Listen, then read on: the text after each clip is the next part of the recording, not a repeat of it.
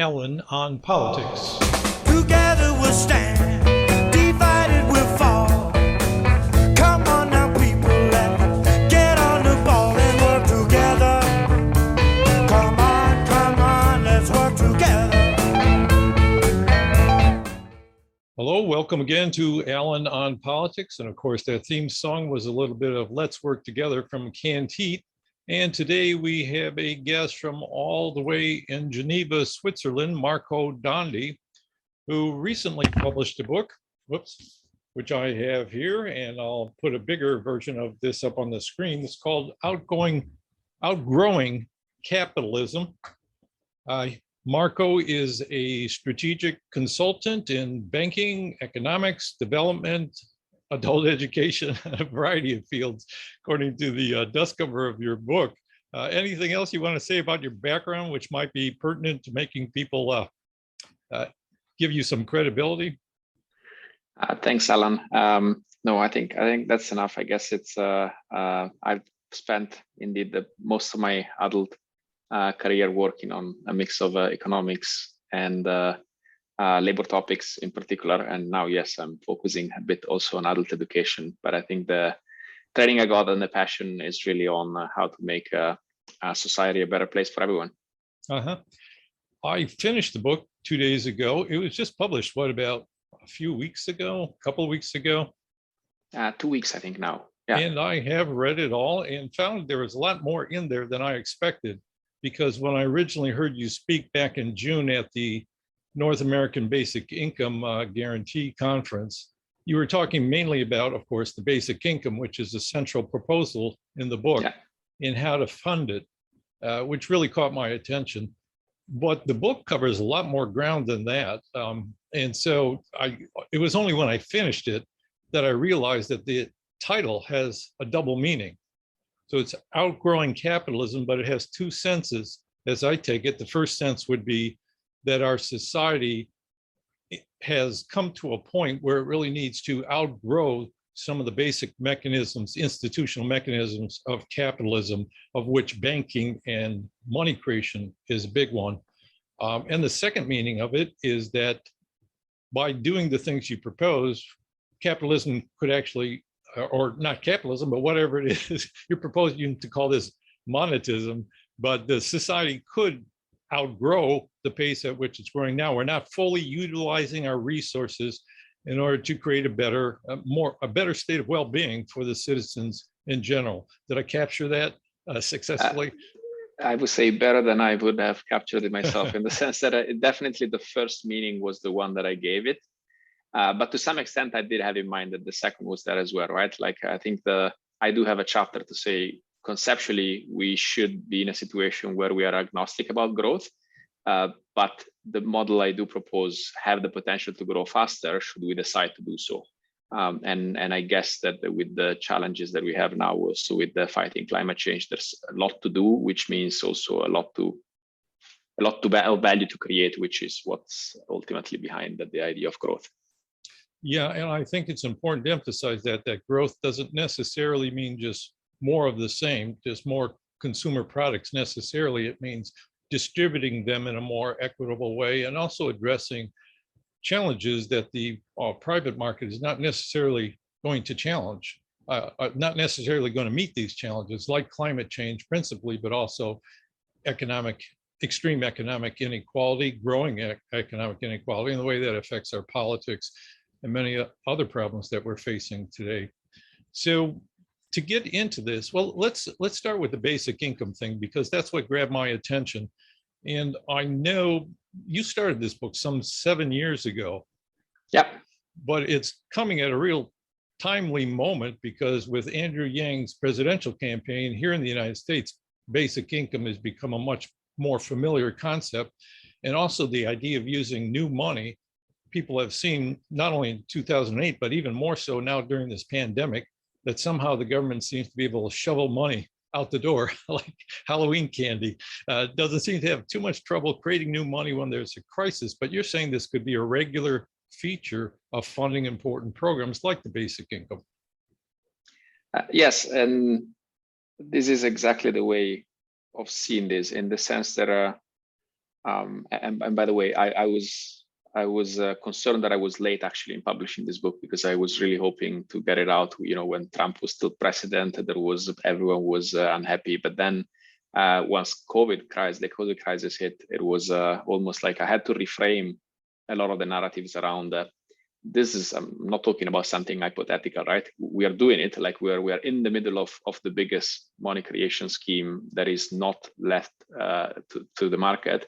And it's just about how to create structure around it, right? So going back to what you say, indeed, it's exactly, we can do it more often. We have just decided not to.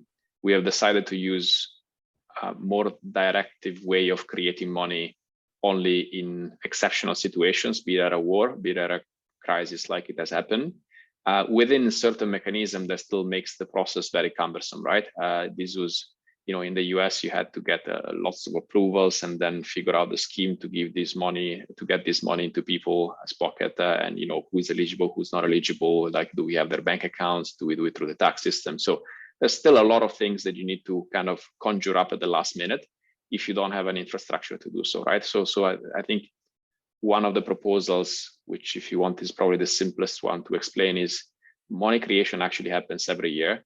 And indeed, some exceptional money creation, we could, again, structure as a feature of our economic system, which in assuming we don't know how to better, or let's say, there's a lot of people and a lot of interest that will say money should be used that way should be created for that way or the other way. That's why for me, the basic income is such a simpler way, because every year we need some new money.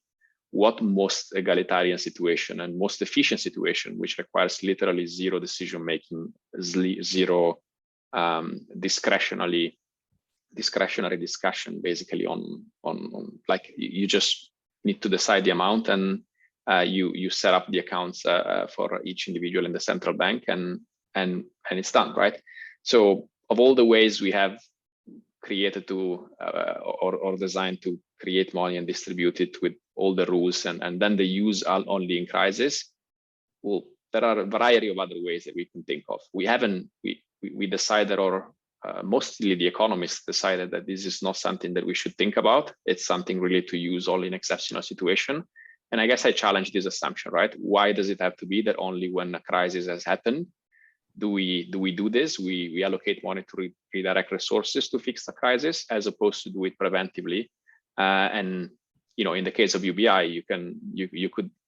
There's a lot of studies. Poverty is a cost, right? It's a cost for the person, it's a cost for the government. So there's also a lot of cost saving that you do by allowing people to have some basics instead of really struggling to make ends meet. There's not, I don't think, to the particular audience that I reach, you have to do a lot of convincing about the value of a basic income. But of course, one of the big arguments, and you go through this pretty thoroughly in the first section of the book, is the pro arguments for the basic income, and then the worries that people have about it. And one of the biggest ones, well, maybe two of the biggest ones, is how are you going to fund it? And wouldn't funding something like this entail inflation? So usually people who, like Andrew Yang, his was based on a new tax. So usually people say either you got to raise taxes in some form, or you got to cut spending in other areas of the budget, or else you're going to have to create new debt. The government's going to have to borrow more money in order to fund a basic income, which in most people's minds, eventually the money has to be paid back with interest. So it's a drag on the economy. So all those questions about how it's going to be funded, your proposal, I find, is much more simple, and to me makes a lot of sense, because the last few years, I think, along with a lot of other people, I've been thinking, how in the hell does the banking system actually work? And that's the tough part for people to comprehend. I would say that the most common view of banking is simply some people deposit money in a bank, other people get loans from the bank, and then the bank makes money on interest, and that's that. It's very simple in their minds. But banks actually create money, new money, all the time. Yeah. So I was explain this to people.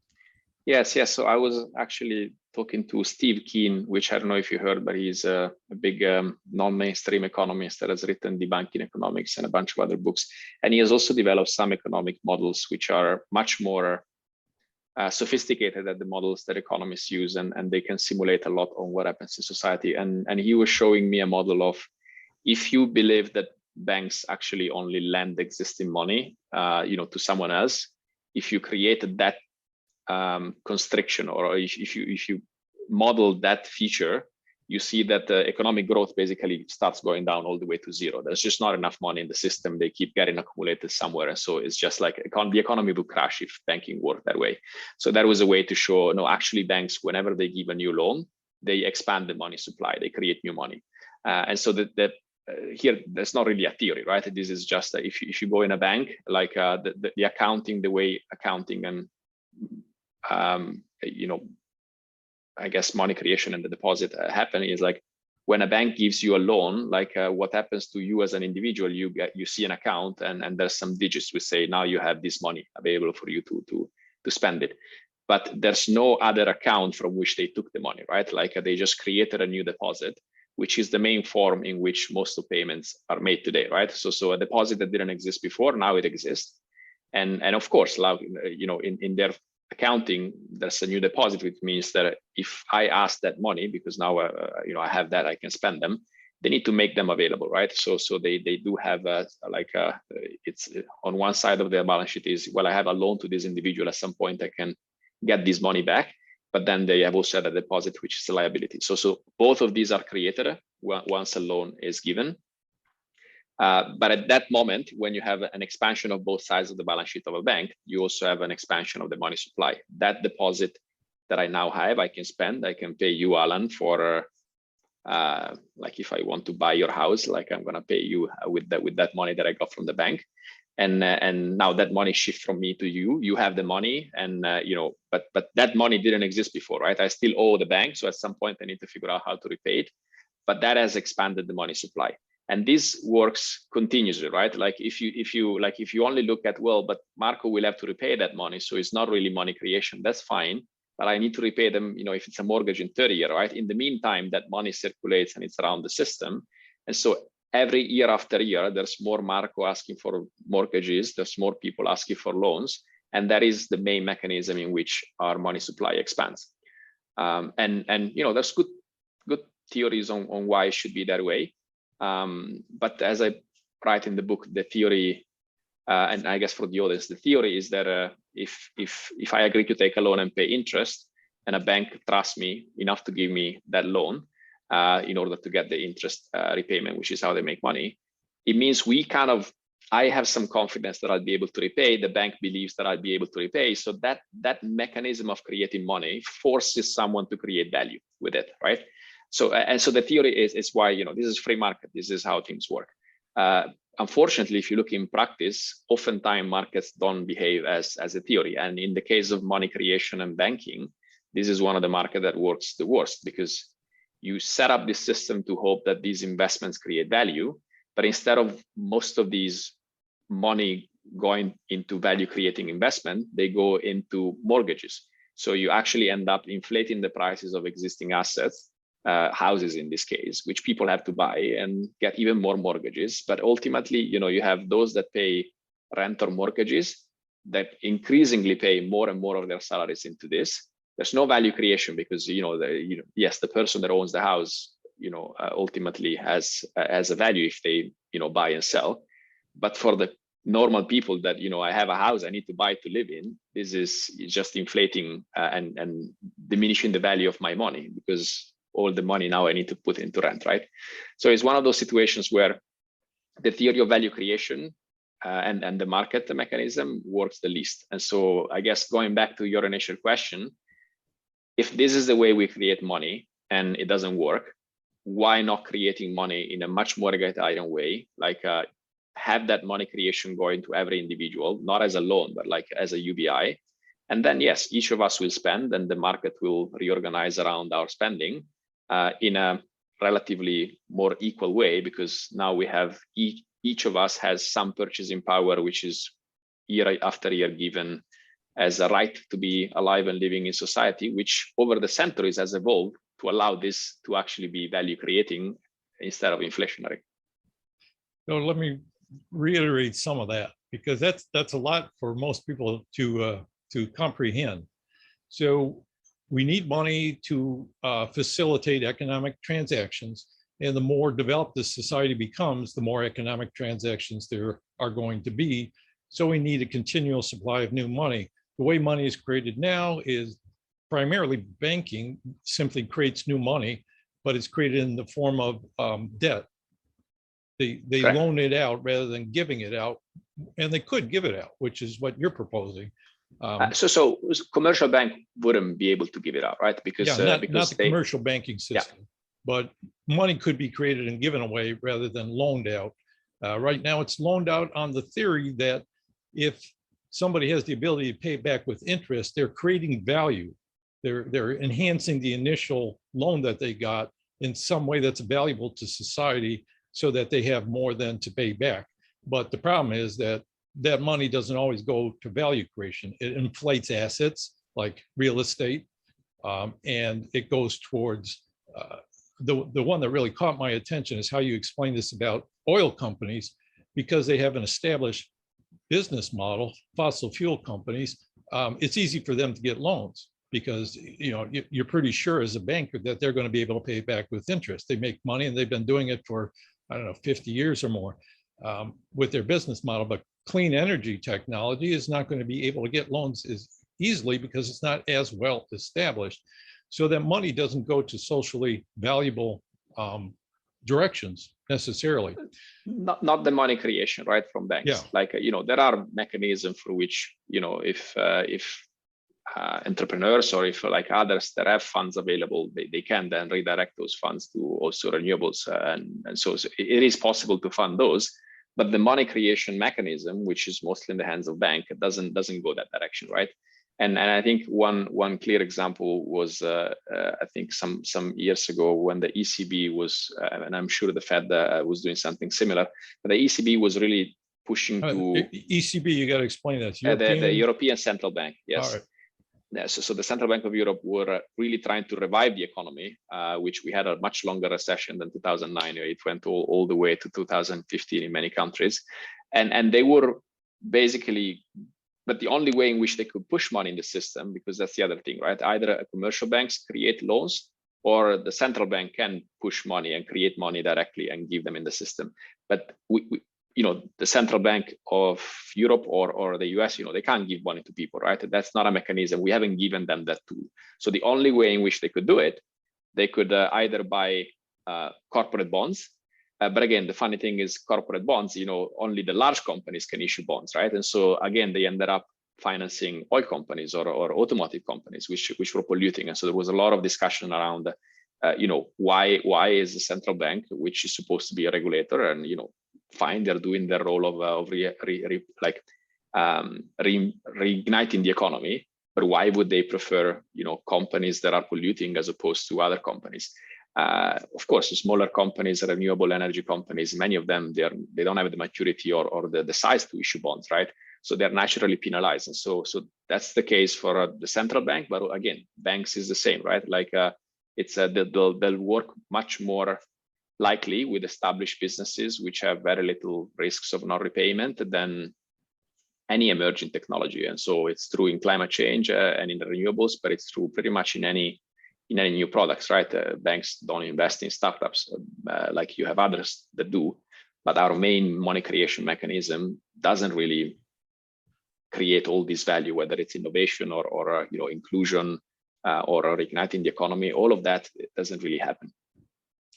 So let's switch to the other side now. How you're proposing to create and distribute money. The surprising thing to me is you went way beyond the basic income as a proposal. We're also proposing that money could be created by a central bank, and the government could use that or some kind of governing institution, given the authority, could use that to address social problems that are democratically determined that we need to address. And so that sounds like a lot of money. So explain this concept of permanent money.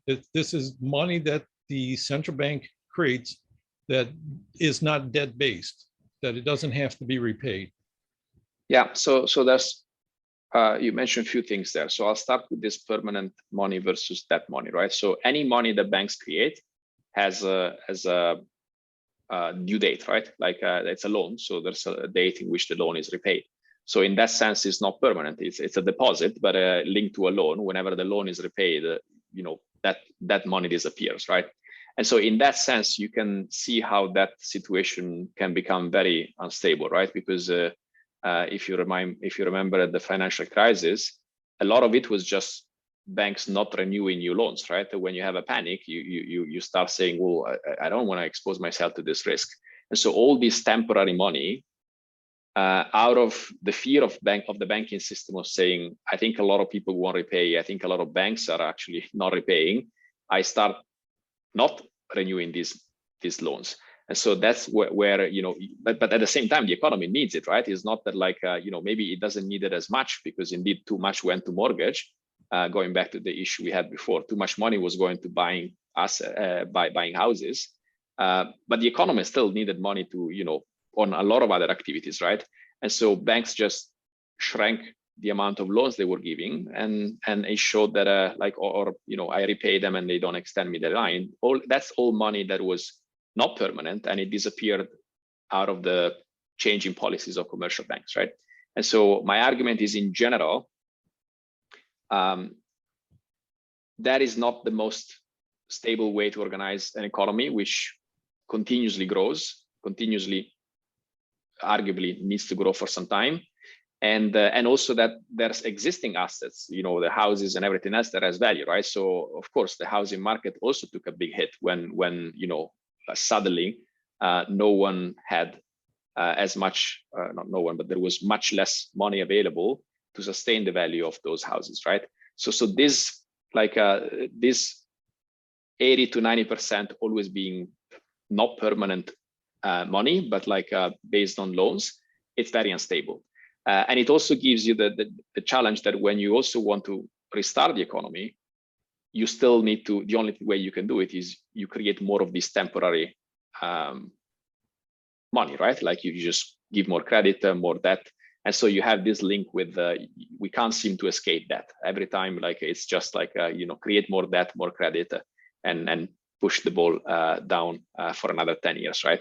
So in that sense, is I think the economy can be much more stable if you have a certain amount of money which is permanently issued in the economy and not subject to this continuous revolving of banks giving new loans and customer repaying the loans. So the banking role would be much smaller, as opposed to much more money would be always available out there. And so then linked to that, how is this money injected in society, right? Like if you have these permanent money. So permanent money in that sense means that if it's issued by a central bank, it's issued, and as long as the central bank doesn't decide, well, I want to take it back with some of their monetary operation, it's out there, right? So if you think of the quantitative easing, some of the, let's call it money printing that the central banks have been doing, or money injection that they have been doing, as long as they don't make a decision to take it away, that's permanently in the system, right? It's not linked to a commercial bank deciding to not give a new law. You can make the argument, and this is a bit the cryptocurrency guys are saying, well, Bitcoin that's like as good as gold, right? It's created out there. It's not even under the control of the central bank to basically take it away, right? I've made some arguments that I think, given we are in each of us lives in a country and there's some laws, I think there's still value in having some formal authority to control, I guess, the amount of money in the system. But the difference I'm making is, if it's a central bank that issue these monies in the system, then as long as they decide that that's the right amount, no one is not going to be a private institution or a change in confidence that will make this money disappear. So in that sense, I call that permanent. The way to inject them, to inject this money. One, I said it's UBI just because in the absence of anything else, it's no one can say, you have been unequal, you were following certain interests. That's the easier way and more equal way to give it to everyone, and there's value, as we discussed. The second one is, as you mentioned, there are some challenges. There are, when there's a war, it's clear. When there's a pandemic, we've seen it's clear. What else? And obviously, climate change comes to mind. But I also mentioned, you could argue there's many uses of resources, real resources, be that people, be that technology, be that physical resources that are underfunded. And if I say it, it's me, but I think democratically, we can argue, for example, that in some countries, education is underfunded, or in some country, healthcare is underfunded. So the question is there a way to carve out some national priorities where you say fixing these should have a higher importance and therefore receive more resources than just letting whatever spending behavior people have, which ultimately is a lot about the affluence and the billionaires, like their spending behavior and what they're spending on, that drives the rest of the market to produce and to supply and to deliver those services and goods. So it was a long-winded answer to say there's indeed I did suggest, especially given climate change, there's value in having some other mechanism besides UBI to direct money to something very important that needs to be fixed quickly. Who defines that priorities? That's, you have a variety of democratic, not democratic ways. So that goes back to how each country wants to organize themselves, right? But the argument is, we can't always hope for taxes, and most of the time it's taxes to the billionaires or to those that have a lot to be taxed to be the solution for everything, right? If you really need to tackle climate change and you say this is as important as winning a war or as fighting a pandemic, we should not feel we are constrained because we can't tax. We always have a solution as a government, but we need to create the infrastructure so that that solution, which is the government printing money through the central bank, is not misused. And so that's also, I guess, it goes back a bit to your question of inflation that I haven't tackled yet, and I'm aware of that. We're already near the end of this first half of the show. Let me sum this up. The second part about other uses for permanent money, I think is good to compare that to this modern monetary theory that's been picked up by some people in our US Congress here. And a lot of Bernie supporters are interested in it. So let's hold that off to the next one. I just want to say with the UBI, how this would work in a sense that people can see how it would happen. You'd get an account at the central bank, or they would just set it up for you, presuming the government has social security numbers and set it up like that here in the United States anyway. And then every month, money would magically, not really magically, but money would appear in your account. And this would be counterbalanced by having commercial banks do less debt-based loans. So it's pretty much like one side goes up and the other side goes down. So it's not so much there's going to be a lot more money in the system. It's just how it's being distributed is different. Is that pretty close? Yeah, that's pretty close. I think as a starting point, this is how it would start. Like you want to keep the money supply stable, but just limit the amount of money that banks create and put them straight into people's pocket through the central bank accounts that each individual can be set up to have. And in the future, I mean, this is not going to be enough for the level that Andrew Yang, for example, is proposing, right? Like I think if I recollect the calculation, roughly every year you expand the money supply by around 5% of GDP. And so that I think is equivalent to roughly, I think is like $300 or something of those sort per month per US citizen, which is not very little. So it's not little, but it's not the 1,000 I think that Andrew Yang was proposing. In order to get, like, if you want to push further, then you need to think a bit on how do you deduct some money from the system in some other ways, taxation being the most frequently mentioned, because otherwise you might indeed create inflation.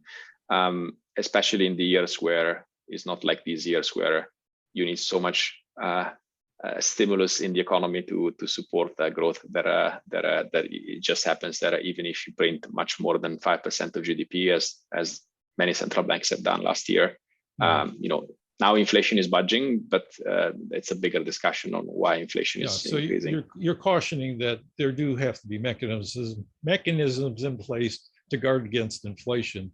But you can start out with a lower basic income and eventually move to something higher, because this is a big change in the system. So you want to see how that goes. Let's end this first segment at this point. Thank you very much. That's a lot for people to digest. So I'll give them a whole week in between these episodes to think about it. And we'll be back next week. Actually, he and I will be back in a few minutes to try to go into this in in more detail to help explain it even further. So please join us again next week. Thank you, Marco. Thanks, Alan.